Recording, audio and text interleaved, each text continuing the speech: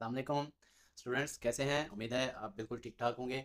आज हम पढ़ेंगे फार्मास्यूटिक्स के पहले लेक्चर में, जिसमें हमने इंट्रोडक्शन पढ़ा था फार्मास्यूटिक का। मैंने आपको बताया था कि फार्मास्यूटिक जो है वो पेपर नंबर 2 का के दो सब्जेक्ट हैं, जिसमें फार्माकोग्नोसी और फार्मास्यूटिक होंगी।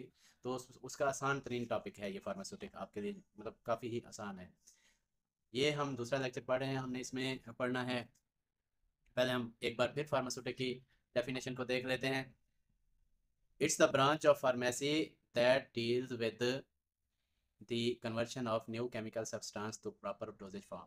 यानी कि किसी भी केमिकल, ये फार्मेसी की ब्रांच है जिसमें किसी भी केमिकल जो आपके पास होगा केमिकल सब्सटेंस, उसको आप डोजेज फॉर्म यानी कि मेडिसिन में तब्दील कर सकते हैं। मिसाल के तौर पर आप सिरप बना सकते हैं, गोली बना सकते हैं, इंजेक्शन बना सकते हैं, वगैरह वगैरह। ठीक है जी। अब हमने जो पढ़ना है टॉपिक मेन, वो है फार्मासिस्ट और फार्मेसी टेक्नीशियन का। एक तो हमने डिफरेंस पढ़ना है, फिर एक फार्मेसी टेक्नीशियन का रोल पढ़ना है, जो आपको मतलब कि जो आपने फार्मेसी टेक्नीशियन की डिग्री पास सॉरी डिप्लोमा पास करने के बाद आपने करना है। ठीक हो गया जी। तो इसमें एक बात आपको बता दूं कि फार्मासिस्ट और फार्मेसी टेक्नीशियन है, इनकी जॉब्स तकरीबन सेम होती हैं, लेकिन फ़र्क इनकी जो डिग्री और स्केल का होता है। तो पहले हम पढ़ते हैं कि फार्मासिस्ट क्या होता है। A person who hold a degree of B pharmacy और pharm D from Pakistan pharmacy council recognised university college and must have registration certificate from provisional council in register A. अच्छा, तो पहले तो मैं आपको ये बता दूं कि 2005 तक बी फार्मेसी के नाम से ये डिग्री हुआ करती थी। 2005 के बाद इसको डॉक्टर ऑफ फार्मेसी के नाम से इस डिग्री को शुरू कर दिया गया। ये आप साथ लिखा भी देख सकते हैं। तो हुआ क्या कि 2005 के बाद डॉक्टर ऑफ फार्मेसी का इसका हो गया, ये डिग्री शुरू हो गई। और इसके जो पहले 4 साल की हुआ करती थी, फिर 5 साल की कर दी गई।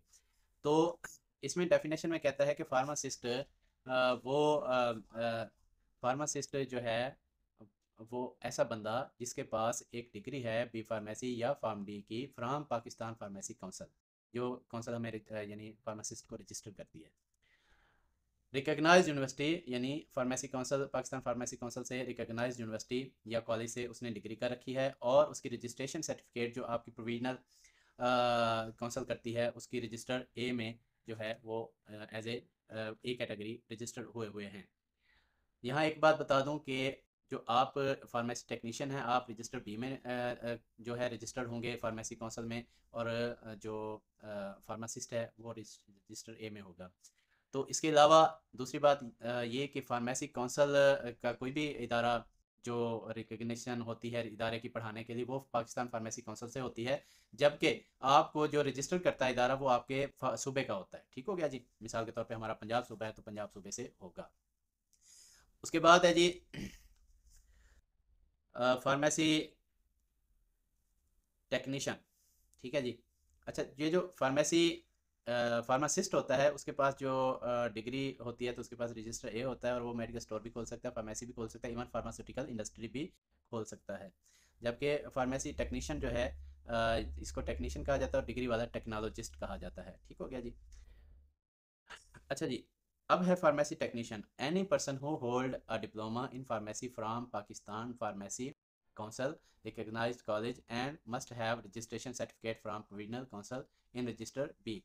सेम वही बात है कि आप किसी भी पाकिस्तान फार्मेसी काउंसिल के किसी भी रजिस्टर्ड इदारे से आपने डिप्लोमा किया है, और आप रजिस्टर्ड हो गए अपने प्रोविजनल जो इदारा है उसमें एज फार्मे अपना रजिस्टर बी, यानी बी कैटेगरी के लिहाज से, या आप रजिस्टर हो गए बी कैटेगरी में। तो एक बात स्टूडेंट्स और मैं करना चाह रहा था, लेक्चर लंबा भी हो जाता है, मुझे इसकी भी फिक्र रहती है कि भाई आप लोग जो है वो आप लोग से अगर वो पूछता है, तो आप बबांगे तोहल कहा करें कि मैं फार्मेसी टेक्नीशियन का डिप्लोमा कर रहा हूँ। अगर आप किसी को कहते हैं कि मैं फार्मेसी कर रहा हूँ, तो वो फिर पूछ रहे हैं, अगर किसी को इल्म होता है तो वो कहता है बी फार्मेसी कर रहे हो, डी फार्मेसी कर रहे हो, या pharmacy technician as a category B कर रहे हो। तो फिर आप एक तो आप का डिप्लोमा जो है वो किसी से कम नहीं है, उसकी कोई कदर इतनी कम नहीं है कि आप डरें बताते हुए। आप बबांगे तोहल बताया करें कि भाई मैं फार्मेसी टेक्नीशियन का डिप्लोमा कर रहा हूँ। ठीक हो गया जी। उसके बाद दूसरी बात यह है कि आप में और उनमें फ़र्क ये है कि जो जिसके पास कैटेगरी ए होगी वो फार्मेसी भी बना सकता है और आप मेडिकल स्टोर बना सकते हैं। ठीक है, इस बात को ज़रा समझें। इसमें थोड़ी सी चीज़ें डिफरेंस होती हैं, यानी फार्मेसी बनाने वाला जो है वो उसका जो बोर्ड होगा वो ग्रीन होगा, जबकि आपका बोर्ड जो है वो ब्लू होगा मेडिकल स्टोर वाले का। इसके अलावा जो आप हैं मेडिकल स्टोर वाले, आप शेड्यूल जी की दवाइयाँ नहीं रख सकते, जबकि फार्मेसी वाले यानी जो कैटेगरी ए वाले हैं वो शेड्यूल जी की सारी दवाइयाँ अपनी फार्मेसी में रख सकते हैं। ये स्टूडेंट बात हो रही थी कि आप में और फार्मेसी जो कैटेगरी ए रखते हैं और फार्मेसी कैटेगरी बी में क्या फ़र्क है। एक तो आप जो है आपका जो मेडिकल स्टोर होगा उसका बोर्ड जो है वो ब्लू होगा और फार्मेसी का बोर्ड ग्रीन होगा। उसके बाद आप शेड्यूल जी की दवाइयाँ नहीं रख सकते, जबकि फार्मेसी वाले रख सकते हैं। इसके अलावा फार्मेसी एक स्पेसिफिक एरिया में बनाई जाती है और आप अपना मेडिकल स्टोर कहीं भी बना सकते हैं, किसी भी कम्युनिटी में जाके आप बना सकते हैं। उसके बाद हम पढ़ते हैं role and responsibilities of pharmacy technician. Pharmacy technician की क्या रोल और रिस्पॉन्सिबिलिटीज़ होती हैं आपकी, ये आपको याद करने की ज़रूरत है। इनको मैं सादा अल्फाज में आपको समझा भी देता हूँ, साथ लिखा हुआ भी आपके यहाँ पे नज़र आ रहा है, लेकिन आप इसको समझ लें कि आपकी ड्यूटीज़ क्या हैं और फार्मेसी बी फार्मेसी करके क्या क्या कर सकते हैं। तो नंबर एक पे है, he can work under the supervision of A licensed pharmacist in health care unit. यानी हेल्थ केयर यूनिट होता है कोई भी सरकारी इदारा, हॉस्पिटल, जहाँ पे एक फार्मासिस्ट काम कर रहा होता है। फार्मासिस्ट का ग्रेड होता है 17 और आपका ग्रेड होता है 11। ठीक है, अगर आप गवर्नमेंट की जॉब कर रहे होते हैं तो किसी भी हेल्थ केयर यूनिट में जब आप काम कर रहे होते हैं तो फार्मासिस्ट जो है उसके अंडर आप काम करते हैं, आप उसकी सुपरविजन में आप काम करते हैं। ठीक हो गया। अच्छा जी। दूसरा है, he can work in community pharmacy. आप किसी भी कम्युनिटी फार्मेसी में जाके काम कर सकते हैं। जैसे अब आप पढ़ रहे हैं तो आप किसी भी मेडिकल स्टोर पे जाके कह सकते हैं कि मैं फार्मेसी टेक्नीशियन की ड्यूटी डिप्लोमा कर रहा हूँ, तो मुझे ना ये काम सीखना है, तो आप कहीं भी जाकर कर सकते हैं, सीख सकते हैं। उसके बाद है जी, he can work in hospital pharmacy. आप हॉस्पिटल फार्मेसी में भी काम कर सकते हैं। उसके बाद है, he can work in pharmaceutical industries. आप अगर सरकारी आपको नौकरी नहीं मिलती और अपना मेडिकल स्टोर खोलना नहीं चाहते तो आप किसी भी इंडस्ट्री में जाके, मेडिसिन बनाने वाली इंडस्ट्री में जाके काम कर सकते हैं। ठीक हो गया जी। उसके बाद है जी, he can work in NGOs. आप किसी भी एनजीओ में काम कर सकते हैं। एनजीओ का मतलब होता है नॉन गवर्नमेंट ऑर्गेनाइजेशन। तो आप किसी भी एनजीओ, जैसे एनजीओ होती हैं वो कहते हैं जी हम किसी भी कम्युनिटी में जाके कैंप करना चाहते हैं, तो फ्री कैंप। एनजीओ के बाद है जी, छठे नंबर पे है जी, he can perform administrative duties. जैसे आप हॉस्पिटल में आपकी जॉब हो जाती है तो हॉस्पिटल में आपको कह देते हैं जी आप एज एडमिनिस्ट्रेटर काम करें। आप वहाँ बैठ कर देखें कि कितनी मेडिसिन हॉस्पिटल में आ रही है और कितनी आपने आगे फर्दर शोबों में तकसीम की है, तो आप ये भी वहाँ पे कर सकते हैं। He can dispense medicine for patient. आप किसी भी डॉक्टर के नुस्खे पर आप जो मेडिसिन डिस्पेंस कर सकते हैं, या इसको यूँ भी कहा जा सकता है कि आप किसी बड़े कंटेनर से जो है वो दवा निकाल के छोटे कंटेनर में दे सकते हैं। और उसके बाद है जी, 8वें नंबर पे, he can guide the patient about proper use of medication. आप जो मेडिसिन का प्रॉपर यूज़ है इसका भी आप पेशेंट को गाइड कर सकते हैं। इसके लिए होता यूँ है कि आप जो है आप नुस्खा देखकर आप बताते हैं कि आपने कौन सी दवाई खानी है और कौन सी नहीं खानी है और कौन सी किस टाइम खानी है।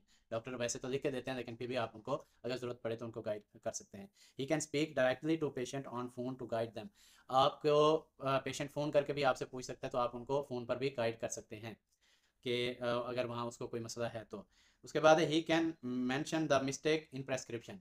अच्छा जी, प्रेस्क्रिप्शन में आप मिस्टेक को जो है वो कर सकते हैं, मेंशन कर सकते हैं कि अगर आपने, अब आप बात सुनने वाली है, गौर करने वाली बात है, अगर आप रेगुलर किसी इदारे से पढ़ते हैं, किसी कॉलेज से रेगुलर पढ़ते हैं, पूरी क्लासेस लेते हैं, क्लासेस लेने के बाद आप सारी चीज़ों को समझते हैं, पढ़ते हैं, उनको बार बार पढ़ते हैं, तो आप इतने अथराइज हैं कि एक मुस्तनद डॉक्टर के नुस्खे को आप चेंज कर सकते हैं। उसमें आप क्या कर सकते हैं, he can mention the mistake. आप उनकी मिस्टेक भी ढूंढ सकते हैं। इवन मिसाल के तौर पर आपके पास कोई पेशेंट आती है या आता है, वो कहता है जी मैं फ़लाँ दवाई खा रहा हूँ और उस दवाई खाने के बाद ये नुस्खा है मेरे पास, और दवाई खाने के बाद के मैंने ये फ़लाँ वाली दवाई खाई है तो मेरे दवाई खाने से मेरे हाथ कांपने लगे हैं या मेरा जिस्म कांप रहा है, और उसको बुखार भी नहीं है, आप हाथ कांपते देखते भी हैं।